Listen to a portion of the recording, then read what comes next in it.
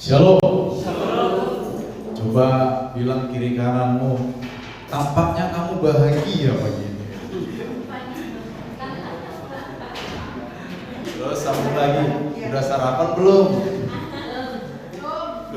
Bukan, saya bukan tanya sampai kiri kanan. Udah ngopi belum? Belum. Tanya kiri kanan. Baik, puji Tuhan saudara-saudara, ya. Kita bersyukur bahwa Tuhan senantiasa menyertai kita dalam hidup kita, ya. Dia adalah Allah yang Immanuel, dan itu kita rasakan bersama-sama di dalam perjalanan hidup kita sehari-hari, ya. Di antara kita ada dua teman kita yang baru, saudara Okta dan satu lagi tadi saya lupa namanya siapa? Resto. Ya. Selamat datang ya saudara Okta dan saudara Resto, nanti kita bisa kenalan lebih jauh lagi ya. Tuhan memberkati.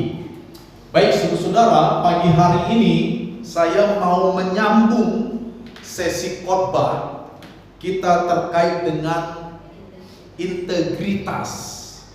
Ya, 2 minggu yang lalu kita sudah belajar tentang apa itu integritas, dan minggu yang lalu kita sudah belajar terkait dengan hubungan integritas dan pemberitaan Injil. Dan pagi ini saya mau mengajak kita untuk belajar tentang 4 wilayah atau 4 area integritas, saudara. Nah, tujuan dari pembelajaran ini tentu saja untuk mendorong kita untuk kita bisa dengan sangat cakap menjaga ya wilayah-wilayah ini, sehingga 4 wilayah ini nanti benar-benar akan menunjukkan integritas kita sebagai orang-orang percaya. Dan saya yakin seperti yang kita pelajari minggu lalu, bahwa ketika orang-orang percaya menampilkan hidup yang penuh dengan integritas, maka orang-orang akan tertarik terhadap Injil. Ya, maka tidak ada lagi kisah-kisah sedih seperti yang diungkapkan oleh Mahatma Gandhi. Ya, yang minggu lalu kita bahas, Mahatma Gandhi mengungkapkan bahwa dia sangat menyukai Kristus, tetapi tampaknya tidak begitu menyukai orang Kristen, karena menurut Mahatma Gandhi orang Kristen tidak hidup atau tidak berperilaku sebagaimana Kristus hidup dan berperilaku. Dan dia selanjutnya berkata, saudara, andai kata semua orang Kristen hidup seperti Kristus hidup, maka dunia ini akan menjadi Kristen. Tetapi memang sayang sekali, ini adalah satu celah besar dalam kehidupan kita sebagai orang Kristen, sehingga kita harus terus belajar tentang bagaimana berintegritas dalam hidup kita. Sekali lagi pagi ini saya akan membawa kita kepada pembahasan 4 area integritas. Next, mari kita buka pertama-tama kitab kita di dalam Injil Matius pasal 5 ayat 15. Ya, di depan sini sebenarnya ada, dan ini adalah perjanjian baru terjemahan baru 2. Ya, mungkin ada sedikit berbeda di terjemahan baru 1 tahun 74 itu, tetapi tidak apa-apa, perbedaannya sangat sedikit dan tidak mempengaruhi makna dari ayat ini. Kita akan baca, ya. Apakah saudara bisa lihat yang di depan dengan jelas? Oke, kita baca yang di depan aja biar seragam ya. Oke. Kita baca 1, 2, 3. Lagi pula orang tidak menyatakan berita lalu meletakkannya di bawah tentaian, melainkan di atas kaki berita, sehingga memberi terang kepada semua orang di dalam rumah itu. Ya. Ya. Jadi Matius pasal 5 ayat 15 ini ada di dalam satu perikop di mana Yesus sedang mengajar para murid pada waktu itu bagaimana hidup yang berdampak. Dan Yesus mengutip 2 analogi Pertama tentang garam, dan kedua tentang terang. Ya. Dan di ayat 15 ini, tentunya nanti sampai ayat 16 dikatakan bahwa ketika orang menyalakan pelita. Pelita tahu ya, anak-anak sekarang sudah tahu pelita? Pelita itu lampu zaman dulu. Ini bahasa Indonesia ejaan sebelum disempurnakan. Masih ejaan lama. Ya di bawah tahun 74 itu. Iya 72 itu. Sebelum ejaan yang disempurnakan. Pelita. Ya. Jadi ketika orang menyalakan pelita, maka pelita itu tidak mungkin ditempatkan di bawah tempayan. Kalau terjemahan lama dikatakan apa? Di bawah apa? Gantang. Gantang. Gantang juga adalah bahasa lama. Ya, mungkin anak-anak sekarang tidak memahami gantang itu apa. Gantang itu bukan pria yang wajahnya bagus. Itu ganteng. Ya, gantang itu kayak tempayan, memang itu bahasa Indonesia lama juga. Ya, bahasa Indonesia ini kaya sekali sebenarnya ya. Seperti itu. Jadi gantang. Di bahasa Indonesia yang terakhir menuliskan tempayan. Kalau ada pelita, tidak mungkin diletakkan di bawah tempayan. Kenapa begitu? Sebaliknya, pelita itu akan diletakkan di kaki pelita. Ya. Kaki pelita itu zaman dulu, ya, itu setiap pelita itu ada kakinya, karena pelita yang dimaksud di sini dulu kebanyakan terbuat dari obor. Ya, kalau kita pernah hidup di desa di mana tidak ada listrik, kita biasa punya obor di rumah, betul? Ya kan? Kemana-mana kita bawa obor. Nah nanti kalau selesai obor, kita gantung, betul ya? Nah itulah kaki pelita. Ya, jadi supaya apa kata firman Allah? Supaya pelita ini dapat menerangi semua orang yang ada di dalam rumah itu. Jadi tujuannya jelas. Kenapa pelita ini ditaruh di kaki pelita? Agar terangnya bisa menerangi semua orang yang di dalam rumah itu. Ini analogi yang langsung kepada hidup kita sebagai orang percaya. Orang percaya itu diibaratkan seperti pelita. Orang percaya itu harus menunjukkan integritas sehingga hidupnya dapat menjadi terang bagi orang yang di sekelilingnya. Jangan sampai ada orang datang sama kita, begitu dia lihat kita langsung dia bilang, belak. Jangan ya. Tetapi kita harus menjadi terang bagi mereka. Nah, ayat inilah yang menjadi dasar pembahasan kita pagi ini.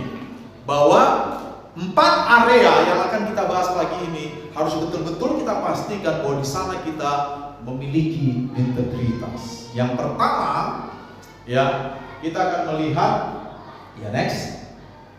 Kita akan melihat area pertama adalah area keberadaan kita. Ya, di dalam bahasa Inggris agak sedikit lebih mudah, yaitu being atau eksistensi kita, keadaan, hal adanya saya. Saya mau tanya, saya ada nggak di sini? Nah, itulah keberadaan. Pak Yakub ada? Ada. Mana Pak Yakub? Mana? Ah, itu Pak Yakub. Ada dia. Iya kan? Airin ada? Oh, bahagia sekali nih pagi ini kan? Waduh, sebesar itu Pak Yakub, kamu nggak lihat kan? Itulah keberadaan yang dimaksud. Adanya saya itu dilihat oleh orang lain.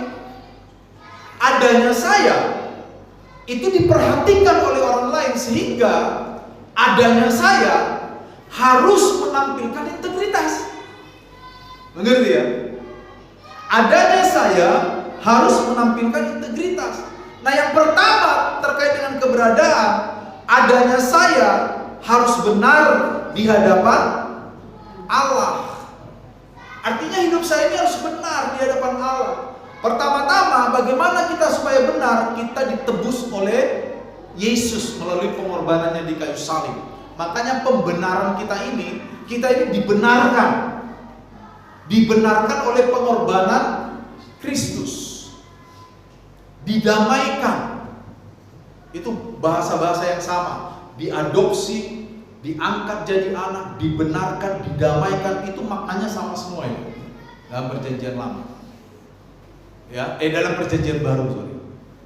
Jadi kita dibenarkan lebih dahulu. Setelah kita dibenarkan oleh kematian Kristus, maka selanjutnya kita harus menjaga agar hidup kita tetap benar di hadapan Tuhan. Itu yang pertama, integritas kita. Satu kali waktu Samuel disuruh untuk mencari penggantinya Saul, ya, karena Saul waktu itu memberontak kepada Tuhan. Lalu firman Allah kepada Samuel, pergilah ke rumah Isai, urapilah salah satu anaknya. Ya, lalu waktu Samuel menyampaikan maksud itu kepada Isai, lalu anak pertama lewat, dilihat begini anak pertama, kalau saya tidak salah namanya Abner. Lalu pikiran Samuel apa?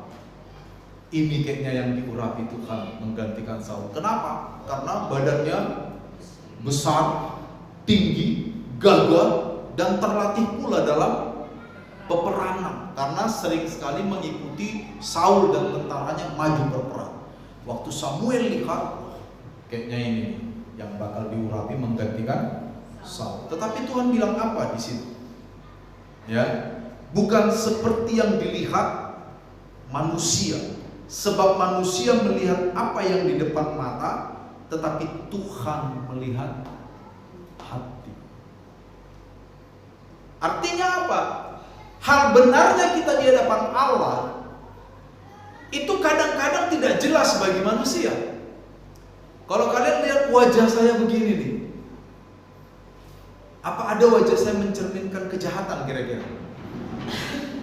Loh, nggak apa-apa, jawab aja, nggak ada masalah, nggak didenda kok, nggak ada ya.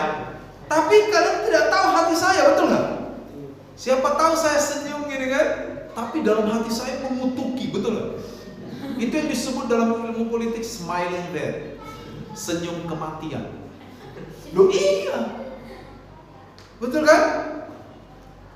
Dulu tapi ya, di negeri kita ini ada yang dijuluki hampir seperti itu. Penguasa kalau dia senyum, ya hati-hati, ya kan? Ya. Jadi ketika kita benar di hadapan Allah, itu seringkali tidak bisa dilihat manusia, karena manusia hanya bisa melihat apa yang di depan mata. Tetapi Tuhan jauh melihat sampai kedalaman hati. Jadi walaupun kita pandai berpura-pura, di hadapan Tuhan kita tidak bisa berpura-pura. Ada lagunya tuh kan? Di hadapan manusia boleh kau bersandiwara, tapi jangan kepada Tuhan. Itu lagu lama ini. Beberapa dari kalian belum lahir waktu lagu itu ada. Mengakulah kepada Tuhan. Lagu itu enak. Tuhan melihat melampaui penglihatan mata kita, saudara. Tuhan tahu isi hati kita. Makanya perlu sekali terkait hal benar di hadapan Tuhan. Ya. Di hadapan manusia, dengan kecerdasan manusia, kita bisa berdusta dan orang lain tidak tahu kita berdusta. Tapi Tuhan tidak pernah bisa dikelabui oleh penampilan manusia. Sepakat saudara? Ya itu penting itu. Kenapa? Ini penting bagi kita. Ya karena hakikat dari kebenaran kita itu ada dalam hati kita. Apa yang kita tampilkan di luar, firman Allah berkata itu meluap dari dalam hati sebenarnya. Nah, untuk benar di hadapan Tuhan, lakukan saudara, ya kita perlu terhubung dengan Tuhan setiap hari. Membaca firman Allah, berdoa, bersekutu dengan Tuhan. Itu yang membuat kita tetap benar di hadapan Tuhan. Kenapa demikian? Karena ketika dosa hendak menjatuhkan kita, maka firman yang kita baca akan berbicara kepada kita. Benar? Itu menjadikan kita benar. Tapi kalau kita tidak mengerti firman Allah, ketika dosa menggoda kita tidak punya kuasa untuk mengaturnya seperti Kain ini. Sehingga kebenaran kita tidak lagi utuh di hadapan Allah. Orang yang memiliki integritas, pertama-tama hidupnya benar, dan paling utama benarnya di hadapan Allah. Dan ingat, hal benar di hadapan Allah tidak ditentukan oleh kita pakai baju batik atau tidak, kita celana panjang atau tidak. Hal benar di hadapan Allah itu semata-mata terkait dengan sikap hati, dan itu hanya Allah yang tahu. Karena manusia adalah tempatnya berpura-pura. Betul? Makanya lahir banyak lagu tentang kepura-puraan. Lain di bibir, lain di hati. Betul? Ya. Ari Wibowo, bibir dan hatimu tak pernah satu. Nah, ya kan? Iya kan? Kalau saudara kelahiran tahun 80-an kenal dong Ari Wibowo kan? Yang nyanyi itu bukan Ari Wibowo yang sekarang, udah meninggal. Banyak lagu-lagu, bahkan banyak puisi-puisi yang menggambarkan betapa hati dan bibir itu sering jauh berbeda. Tapi orang Kristen tidak boleh. Amin. Antara hati dan bibir kita itu integral. Amin. Katakanlah iya jika iya, tidak jika tidak. Lebih dari itu berasal dari, lihat kiri kanannya, si jahat. Ya, itu yang pertama. Ibrani pasal 4 ayat 13 berkata, tidak ada satu makhluk pun yang tersembunyi di hadapannya, sebab segala sesuatu telanjang dan terbuka di depan matanya, yang kepadanya kita harus memberikan pertanggungjawaban. Nggak ada yang tersembunyi di depan Tuhan. Jangan kira kita masuk lemari gelap nggak ada lampu lalu aman, Tuhan nggak bisa lihat kita. Ops. Ada lagu sekolah minggu tuh. Mata Tuhan melihat apa yang engkau buat yang baik, buat yang jahat, ya kan? Oleh sebab itulah jangan berbuat jahat. Ingat, Tuhan melihat. Ya, jangan bilang di dalam lemari nih aman nih, gelap gulita nih, Tuhan gak lihat nih. Tuhan melihat. Mazmur menggambarkan bahkan ketika aku pergi ke dunia orang mati, di sana pun engkau ada. Betul? Mazmur 138. Itu yang pertama, jadi benar di hadapan Allah. Yang kedua, ya next, bagaimana ketika kita berbicara tentang integritas di area adanya layak. Yang kedua adalah benar dengan diri sendiri. Kadang-kadang kelemahan manusia itu adalah tidak bisa menerima dirinya sendiri. Kenapa wajah saya kayak gini ya? Kenapa saya diciptakan hitam ya? Kenapa saya diciptakan keriting ya?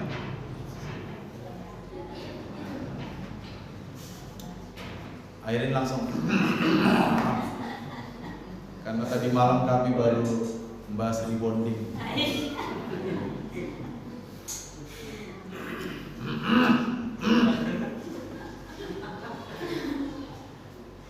Loh iya loh, di Indonesia ukuran kecantikan putih dan rambutnya lurus, betul nggak? Itu salah itu. Makanya skincare laku betul di Indonesia.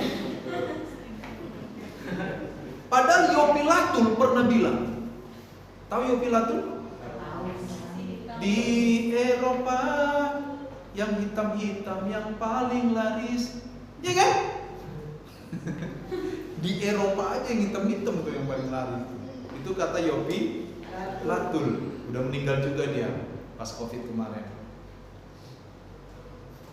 Ukuran kecantikan di negara Indonesia ini putih, rambut lurus, hidung mancung. Kalau begitu, yang nggak putih, yang rambutnya nggak lurus, yang hidungnya nggak mancung, produk gagal. Berarti Tuhan gagal. Loh, logikanya kan di sana kan? Saya mau tanya, ya, orang Afrika yang ciptakan siapa? Tuhan bukan? Tuhan. Hitam bukan? Tapi ciptaan Tuhan itu, jangan bilang hitam betul. Saya pernah hitam betul. Ya nggak usah juga diungkapkan. Itu kan ciptaan Tuhan. Seakan-akan Tuhan tuh gagal menciptakan dia dulu.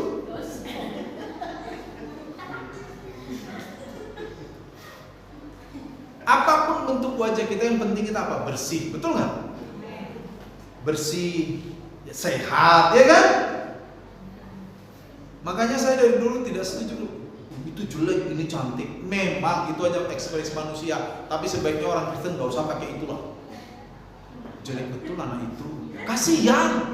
Seakan-akan Tuhan gagal itu loh. Nah itu kadang-kadang membuat kita nggak bisa menerima diri kita. Kenapa saya diciptakan sebagai orang Batak ya? Kenapa saya nggak diciptakan sebagai orang Amerika aja? Coba deh kalau orang Amerika datang, segan kita kan?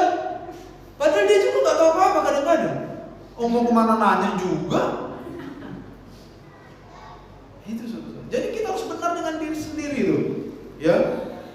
Mazmur 51 ayat 8. Sesungguhnya engkau berkenan akan ketulusan hati, dan dengan diam-diam engkau memberitahukan hikmat kepadaku. Yakobus 1:22. Hendaklah kamu menjadi pelaku firman, bukan hanya pendengar saja. Sebab jika tidak demikian, kamu menipu dirimu sendiri. Ini terkait dengan hidup kita tadi. Ketika kita tidak bisa menerima diri sendiri, kita tidak menjadi pelaku firman. Betul? Loh, buktinya apa?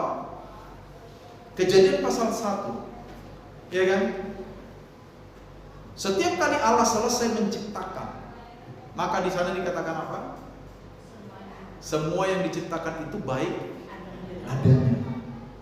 Kata Ibrani yang dipakai itu tov. Sampai sekarang kata tov ini dipakai di seluruh dunia. Kalau kita bilang bagus apa? Tov. Itu dari bahasa Ibrani itu. Tov, baik. Kata tov itu berarti tidak perlu lagi ada sedikit pun yang perlu ditambahi untuk membuat itu baik. Memang dia sudah baik. Jadi termasuk manusia, termasuk kita diciptakan Tuhan tov padanya. Iya kan? Paling kalau aksesoris rias itu untuk menambah inilah. Tapi kalau sampai ada orang operasi wajah,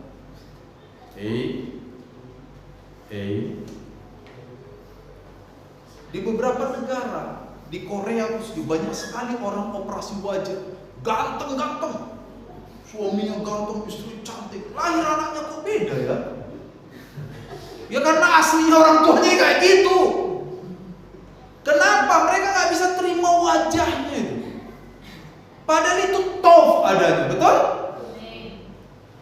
Ada di antara saudara mau operasi plastik? Saya udah kumpulin tuh kresek-kresek, saya dibawa. Ya, ini terkait dengan penerimaan diri. Benar dengan diri sendiri juga berarti apa, saudara?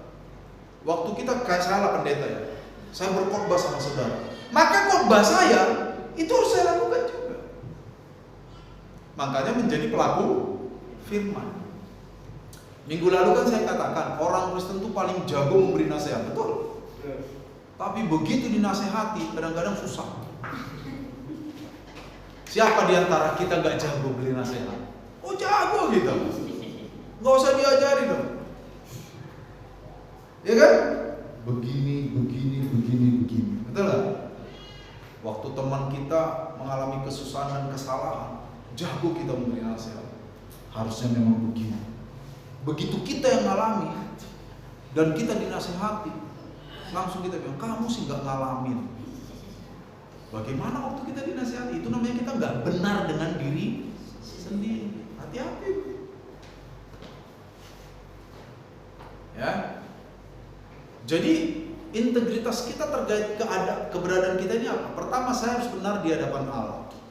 Selain itu, saya harus benar dengan diri sendiri. Coba tampilkan. Ini ada gambar. Ini yang asli, ini yang badannya besar nih. Dia gak bisa terima tuh badannya kayak gitu. Waktu dia lihat kaca, dia bayangkan saya sebenarnya seperti itu. Artinya itu tidak bisa menerima dirinya. Kalau engkau tidak mau gemuk kayak itu, bukan menyangkal diri, apa yang kita lakukan? Olahraga. Iya kan? Kadang orang tersinggung kalau kita gemuk. Loh, bro, udah gemuk sekarang. Kita terus body shaming. Kalau kamu tidak mau dikatakan gemuk, olahraga. Kan gitu kan? Jangan tidak mau dikatakan gemuk, tapi makan tiap sembarangan. Martabak 2 porsi. Iya kan? Apalagi? Trambulan. Ya itu udah trambulan itu, Om. Kalau di Medan tuh namanya trambulan tuh martabak. Kalau di sini martabak tuh telur. Trambulan 2 porsi, menteganya disuruh banyak, keju sama coklat. Iya kan? Bangunnya jam 9 pagi. Bagaimana lemah gak numpuk? Iya kan? Nah, kalau kita mau kelihatan segar, ini bukan soal wajah ya. Wajah Tuhan sudah ciptakan begitu memang kita. Tapi kalau kita mau berpenampilan baik, latihlah diri kita. Amin. Saya sampai sekarang masih olahraga loh, sepedaan saya. Sampai ke mana itu? Jembatan Samota sampai tanjakan itu. Baru dari atas saya pulang. Sepedaan saya. Makanya badan saya sehat ya. Ya kan? Amin. Sepedaan saudara. Bangun pagi-pagi, habis doa pagi saya jalan. Ya. Next. Sama aja nih.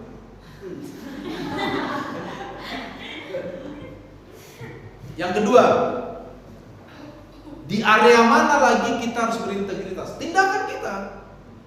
Doing. Tindakan. Ada pepatah mengatakan action speak louder than words. Tindakan kita itu berbicara lebih kencang ketimbang kata-kata kita. Ya, makanya tadi malam kami bahas di depan situ sambil nongkrong. Kalau ada bapak-bapak rokokan, lalu anaknya rokokan, jangan marahin anaknya, karena anaknya adalah titisan bapaknya. Justru kalau bapaknya rokokan, anaknya nggak rokokan, bapaknya harus bingung. Ini anak siapa? Kok dia nggak ikut saya? Kan gitu kan?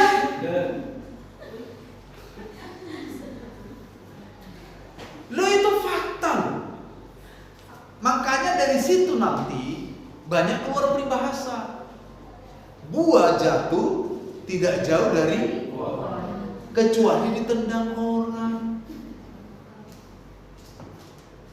Lalu dalam bahasa Inggris, like father, like son, like mother, like daughter. Itu sebagaimana bapaknya ya begitu anak laki-lakinya, kan gitu kan? Sebagaimana ibunya ya begitulah anak perempuannya. Makanya kalau anak Anda emosian, jangan-jangan di rumah Anda emosian. Walaupun di luar kita tampil begitu bagus, jangan-jangan loh saya bilang, bukan pasti loh. Karena kadang orang tuanya udah lembut, anaknya emosian juga, ada begitu. Ya kan? Jadi apa yang kita lakukan itu harus benar. Ya. Matius 5 ayat 16. Demikianlah hendaknya terang bercahaya di depan orang, supaya mereka melihat perbuatanmu yang baik, lalu memuliakan Bapamu yang di surga. Jadi perbuatan kita itu menjadi sarana orang memuliakan Tuhan. Kita tidak boleh punya prinsip Minggu bertobat, Senin Sabtu kumat. Itu tidak boleh. Tidak boleh itu. Lalu dengan alasan saya kan masih manusia Pak, masih penuh dengan noda dan dosa. Asik. Ya kan? Hah? Bapak kan pasti bilang ada.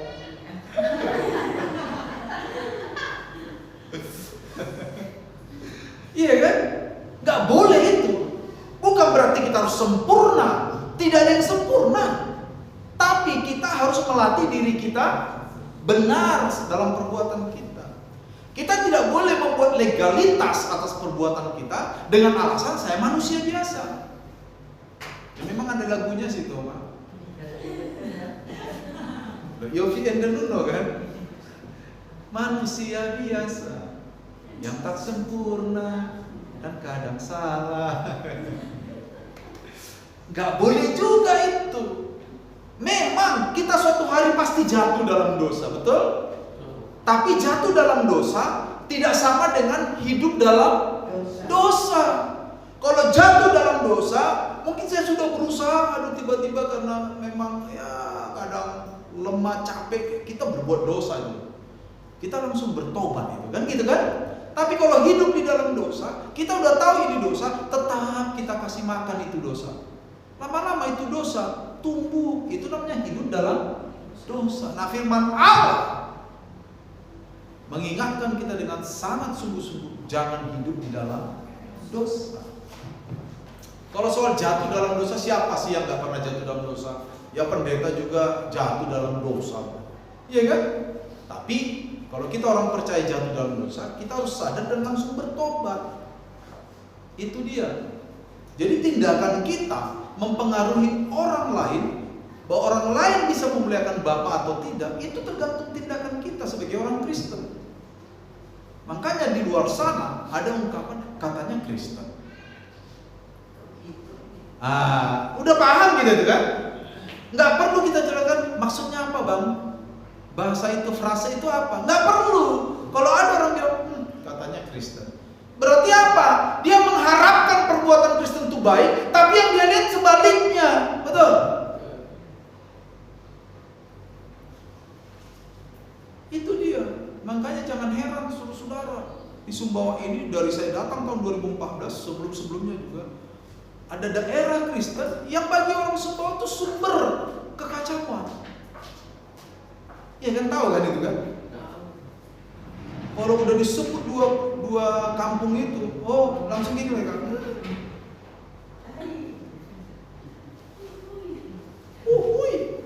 Komeng. Iya kan? Tahun baru bukannya datang sama Tuhan, mabuk. Sambil nyanyi, mabuk lagi. Mabuk lagi. Tak mau terus begini. Itu ada lagunya loh. Nanti coba searching, mesti ada. Saya nggak ngarang-ngarang, memang ada. Memang saya spesialis lagu saya. Semua hal ada lagunya. Itu orang lain mengharap perbuatan orang Kristen itu bagus, tapi ketika yang dia lihat adalah sebaliknya, maka mereka akan mundur, betul nggak? Mereka tidak lagi memuliakan Bapa. Makanya Matius 5:16, supaya terangmu bercahaya di depan orang dan mereka melihat perbuatanmu yang baik. Ini kan frase nggak boleh hilang ya. Mereka melihat perbuatanmu dan setelah mereka melihat perbuatanmu, mereka memuliakan Bapa yang di surga. Itu udah kayak aja. Jadi perbuatan kita tuh harus benar. Sampai sekecil-kecilnya. Siapa yang suka nabrak arah di sini? Kalau naik motor atau mobil, cuman singkat Pak 50 meter aja, khususnya depan Katolik itu kan. Mau ke fotokopi itu, nggak boleh nabrak arah. Dia 10 meter.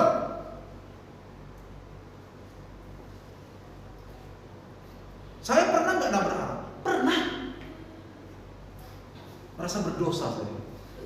Langsung saya bilang, Tuhan, mudah-mudahan gak ada jemaat yang lihat. Tapi saya minta ampun loh, serius. Saya pernah gak nabrak lampu merah? Pernah, jam 1 malam. Ibu Ruth masih ingat kita pulang dari Lunyuk mobil rusak itu? Kita taruh mobil di Pelita sana.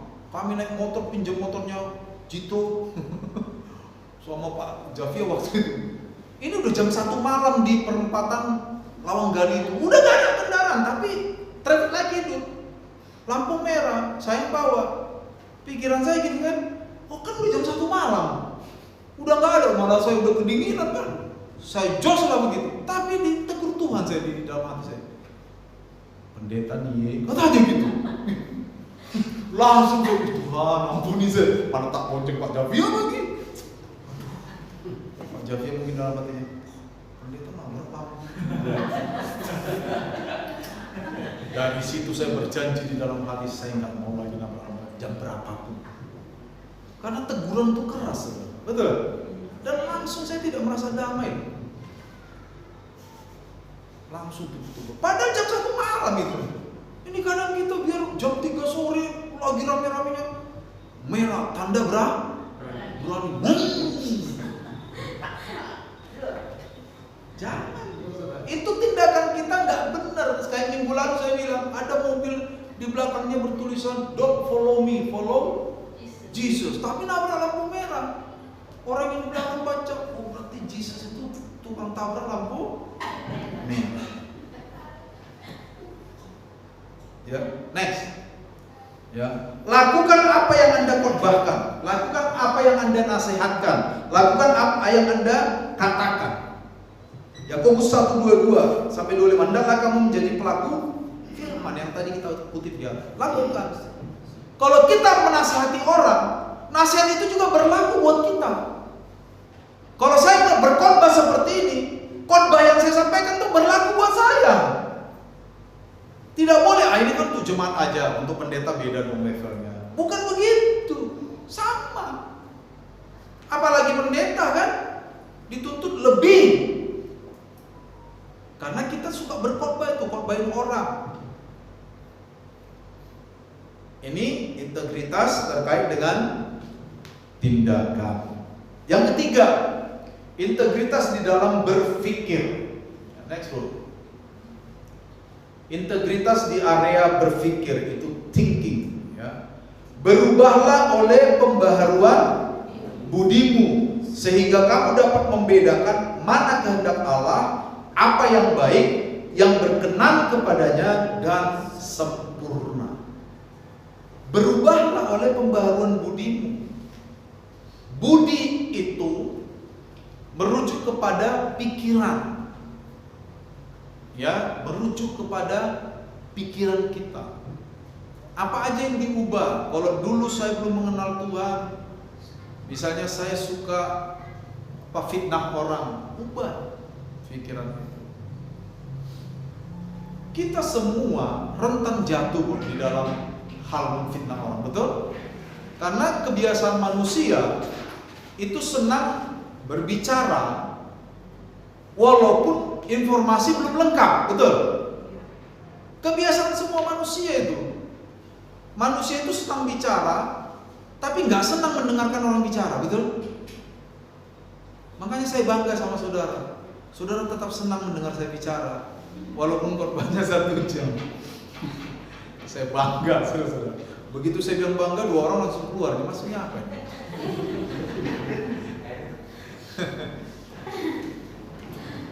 Iya kan?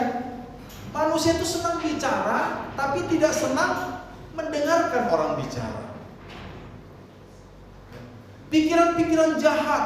Kadang-kadang kita memiliki pikiran jahat terhadap orang. Pikiran-pikiran yang menimbulkan iri hati. Di mana ada iri hati, di situ ada segala macam perbuatan jahat. Pikiran itu harus kita ubah.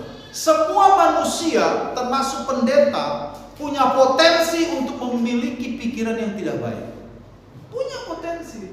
Jangan kira dia pasti pendeta, pasti kudus tuh pikirannya terus. Oh, hati-hati. Iblis tidak lihat pendeta, tidak lihat non pendeta. Sama di mata iblis. semua rusak. Betul? Makanya kita masing-masing harus menjaga pikiran kita. Overthinking itu penyakit anak muda sekarang. Tahu overthinking ya? Suka memikirkan sesuatu yang berlebihan. Temannya punya HP baru, overthinking dia. Jangan-jangan nanti dia pamer sama saya. Nanti saya juga harus beli HP baru. Itu overthinking dan itu sudah jadi penyakit hari ini. Iya kan? Temennya bajunya bagus. Wah, dia bagus ya bajunya ya. Jangan-jangan dia nanti ngenyek saya. Saya juga sebelum dia ngenyek saya beli baju baru. Padahal bajunya banyak di lemari. Itu kadang-kadang penyakit ibu-ibu kan.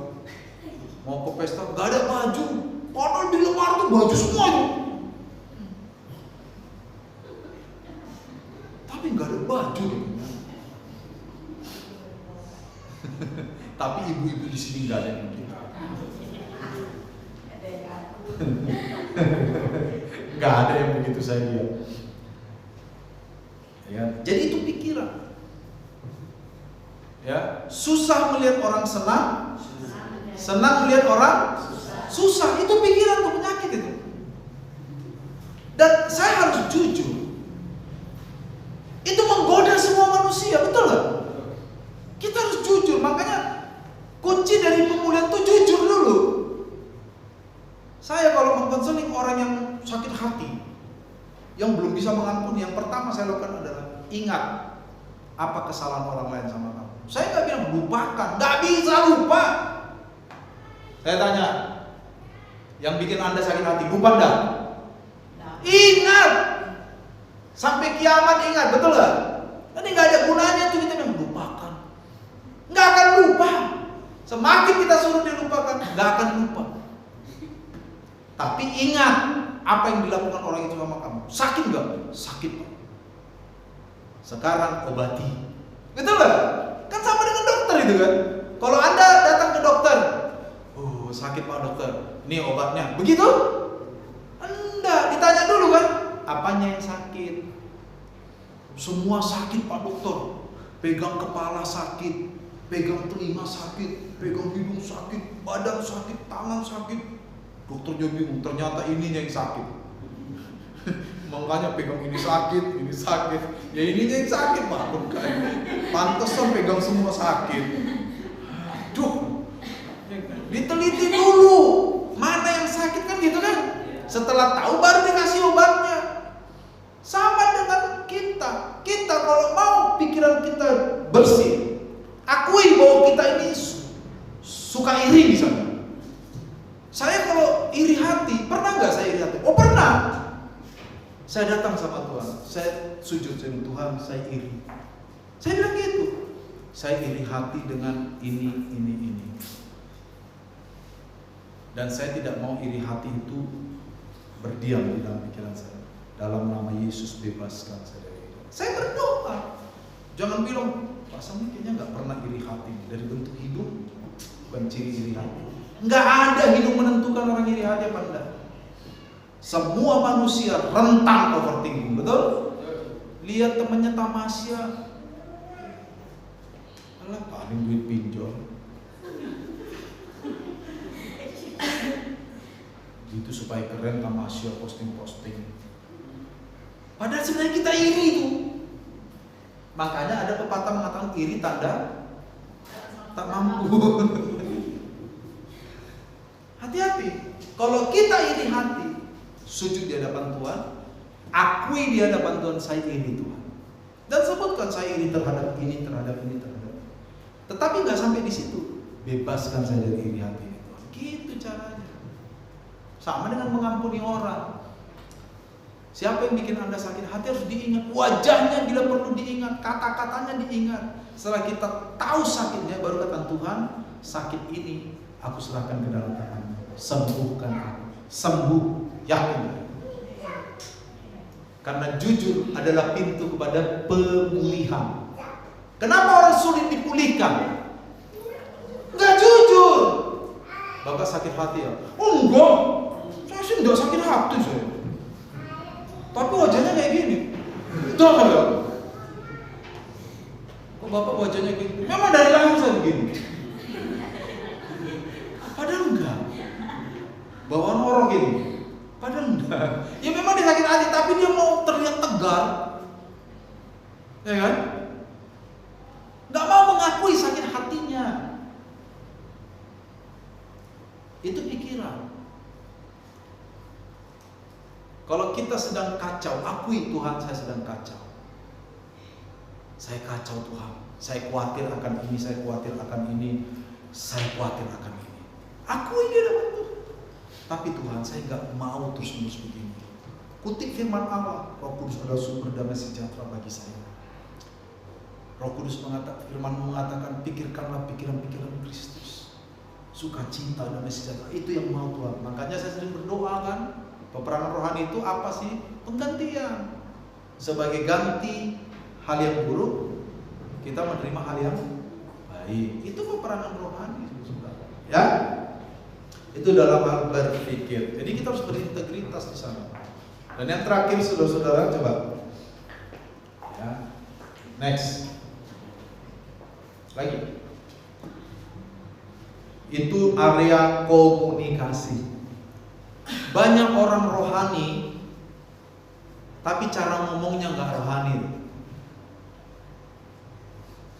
Dan semua sekali lagi kita bergumul dalam ini, betul?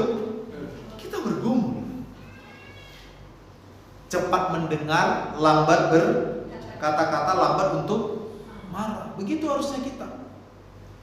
Tapi kan kita kadang nggak begitu kan. Semua manusia selalu pengen cepat ngomong. Giliran orang ngomong, kita nggak mau dengar. Makanya sering orang, kenapa suami istri sering bertengkar?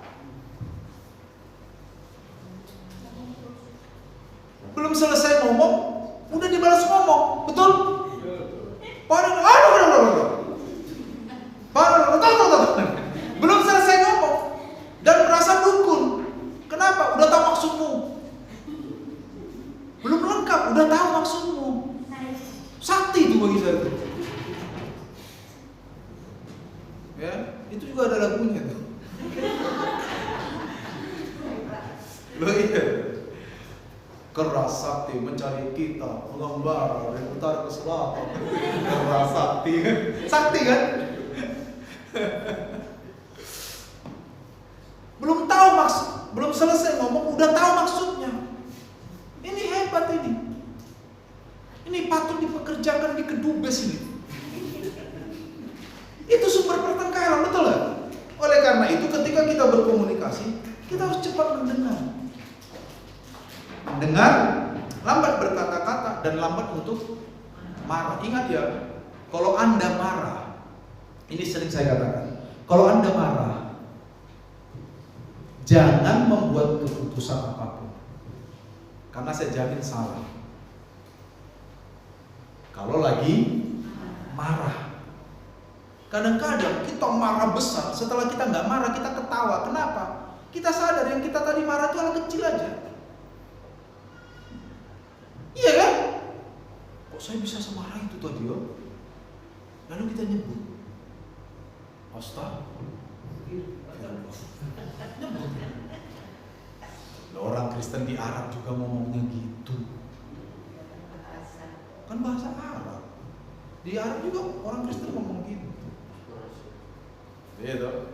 Orang Kristen di Arab juga kalau bilang dalam nama Bapa, Bismillah. Ya gitu juga. Dalam nama Allah ya Bismillah. Iya kan? Itu bahasa Arab. Nyebut dia. Kenapa? Karena hal yang dia marahin tadi sebenarnya hal kecil. Kok saya sampai marah begitu? Nah itu. Jadi ketika Anda marah, jangan membuat keputusan apapun. Ya. Belajar memahami orang lain. Lalu sampaikan hal-hal yang benar satu dengan yang lain. Itu integritas kita terkait dengan komunikasi. Ya. Terakhir, next. Saudara masih ingat khotbah kita tentang lidah? tahun yang lalu, saya ngutip beberapa saja, nggak semua. Ya, lidah orang bijak mendatangkan kesembuhan. Lidah orang bijaksana mengeluarkan pengetahuan. Pengajaran yang lemah lembut, kata firman Allah dalam Amsal pasal 31, itu ada di lidahnya. Berarti lidah dipakai untuk menyampaikan pengajaran yang lemah. Lidah tidak boleh dipakai untuk memecah belah. Yakobus memberikan awasan itu. Lidah memang kecil katanya, ya kan? Tetapi lidah itu ibarat api kecil kata Yakobus, bisa membakar seluruh hutan. Lidah itu seperti pengendara kapal, seperti kipas kapal. Kipas kapal seberapa besar sih? Kecil ya, tapi itu bisa mengendalikan arah kapal. Bruri Piso 5 pun pernah mengatakan tentang lidah yang dapat menghancurkan. Jadi lidah kita ini harus kita pakai untuk sesuatu yang benar. Itu integritas kita. Saya katakan kepada saudara, jangan pernah bohongi orang yang mempercayai Anda. Itu prinsip. Jangan pernah berbohong kepada orang yang percaya kepada Anda. Sebaliknya, akan menjadi susah mempercayai orang yang pernah berbohong kepada Anda. Betul? Betul? Walaupun dia udah bertobat itu. Si A bohong sama saya. Setelah dia bohong dia bertobat. Kita agak susah loh percaya sama dia, betul?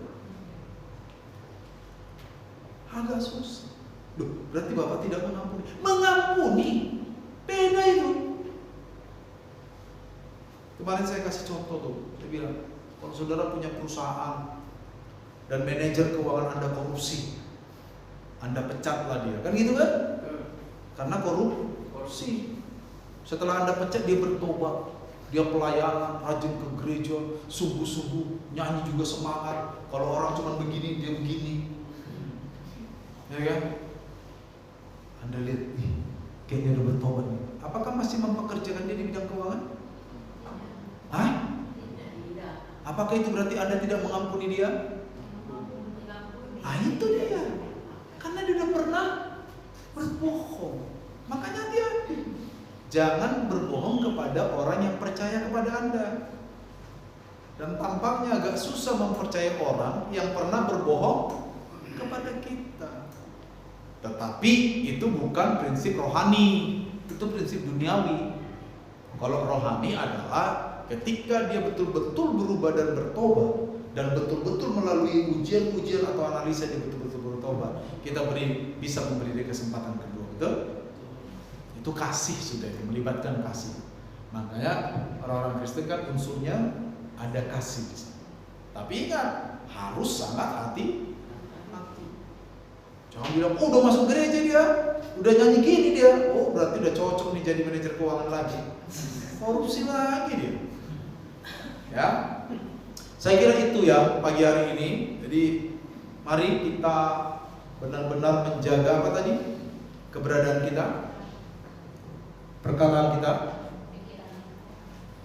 perbuatan kita, pikiran kita, dan komunikasi kita, supaya orang lain tertarik kepada Kristus. Tuhan memberkati.